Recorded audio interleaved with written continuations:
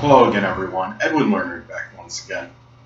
In this YouTube astrological segment, I'm going to be talking about Juno in the 7th house in the natal chart. Now, if you have Juno in your 7th house in your natal chart, well, marriage can figure more prominently in your life scheme than the average person, because you have Juno, which is often connected with marriage. And you have it in the 7th house of marriage. It's just like a double emphasis on this. Marriage can figure very prominently in your life, and more so than the average person.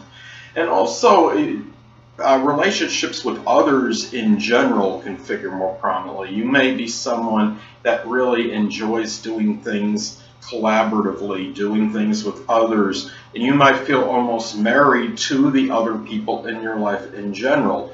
It could be somebody that might feel that they're married to a business partner. They might feel like a business partner, if they do have one, if applicable, that they might feel like it's like an indelible fixture to them, or their marriage partner or someone that they have a committed relationship or sustained relationship with might actually be a business partner in some cases.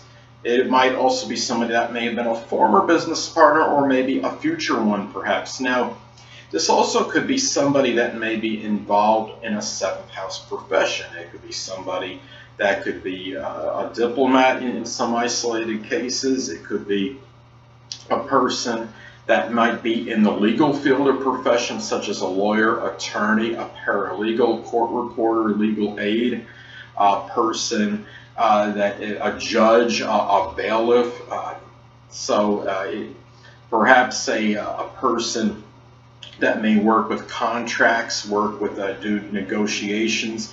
Somebody that might be a person that might do certain negotiating. It could be a person that works with customer service, a crisis counselor, a person that can work with somebody that does something connected with reconciliation, such as maybe human resources, marriage counselor, some kind of family counselor. So anyway, also, if you have this placement, keep in mind too that the 7th house also is associated with open adversaries. So this person may have been one at some point, and you might have reconciled and mended fences with him or her, so to speak, and now everything is all hunky-dory. Or now this also could be a future open enemy or adversary in a courtroom, especially, well, it could be in a courtroom if you do go through divorce proceedings, or it could just turn out to be in general an open adversary. So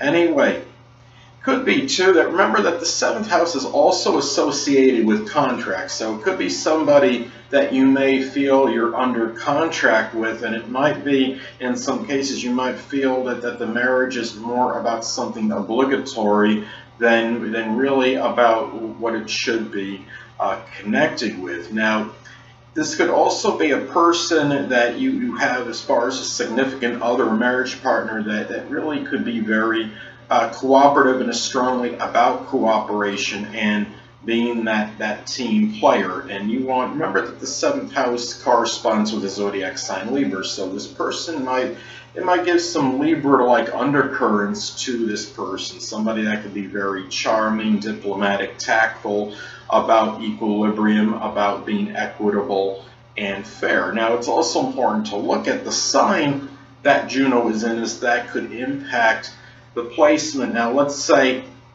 that Juno is in the zodiac sign Sagittarius. Well, this could be somebody that you enjoy doing things with that might be outdoor and sports related. You might do these things with this person with a lot of exuberance and enthusiasm and a very optimistic and positive attitude.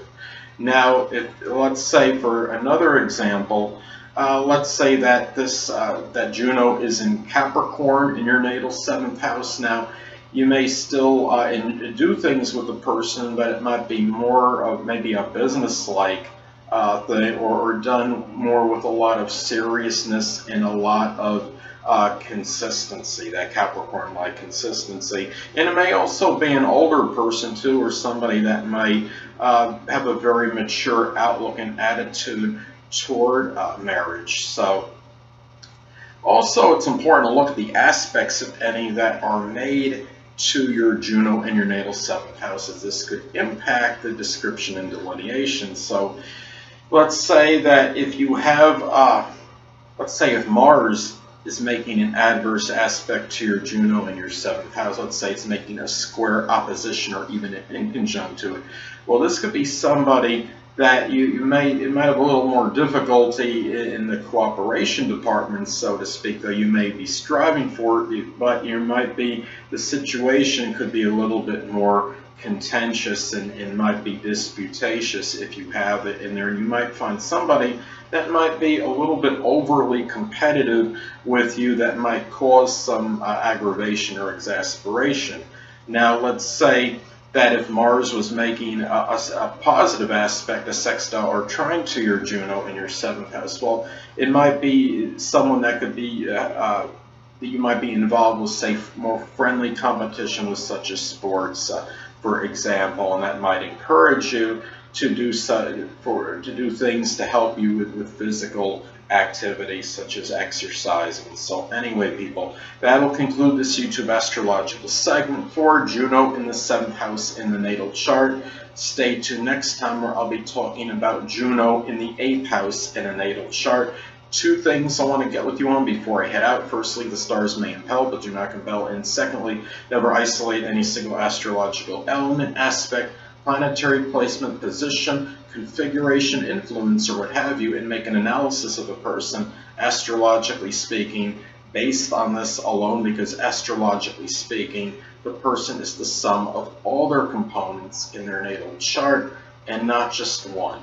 Until next time, people, stay well.